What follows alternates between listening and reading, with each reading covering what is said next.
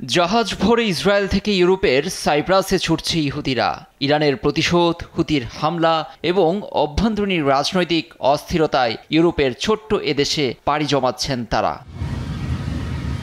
সাইপ্রাসের সঙ্গে ইসরায়েলের সম্পর্ক বেশ পুরনো। দ্বিতীয় বিশ্বযুদ্ধের সময় ইহুদিদের অন্যতম আশ্রয়স্থল ছিল এ দ্বীপ রাষ্ট্রটি। সাইপ্রাসে আশ্রয় নিতে পেরে খুশি ইসরায়েলিরা। সম্প্রতি ইরান ইসরায়েল সংঘাতের সময় অনেক ইসরায়েলি এভাবেই সাইপ্রাসে পাড়ি জমান। এমনকি শোনা যায় প্রধানমন্ত্রী নেতানিয়াহুও ওই সময় সাইপ্রাসে যান। কিন্তু অবাধে ইহুদিদের প্রবেশে উদ্বিগ্ন যেমন সাইপ্রাস সরকার, তেমনি দেশটির বামপন্থী রাজনৈতিক দল আকেলও। মাথা ব্যথার বড় কারণ ব্যাপক হারে ভূমি ও রিয়েল এস্টেট কেনার প্রশ্ন।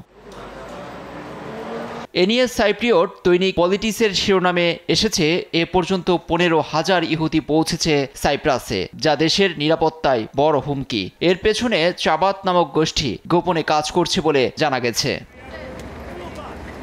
বামপন্থী দল আকেল পরিস্থিতির বর্ণনা করে জানিয়েছে, ইহুদিদের প্রবেশ বন্ধ না হলে পরিস্থিতি আরও জটিল নেবে। সাইপ্রাসের দলটি দ্বীপটিকে ইসরায়েলের দখলকৃত নতুন দেশ হিসেবেও চিহ্নিত করেছে। নির্মাণ করা হচ্ছে জায়নাবাদী স্কুল ও সিনাগগ, যা গুরুতর ইঙ্গিত দিচ্ছে। এই ইস্যুতে পার্লামেন্টে দুটি বিল উত্থাপন করেছে আকেল দল। বিল দুটির লক্ষ্য হল তথাকথিত গোল্ডেন ভিসা সীমিত ও পর্যবেক্ষণযোগ্য করে তোলা।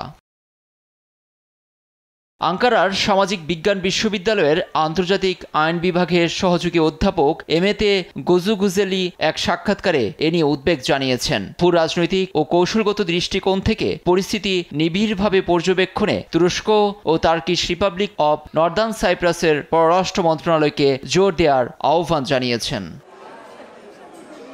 লুৎফর কবির, নিউজ ডেস্ক, দেশ টিভি।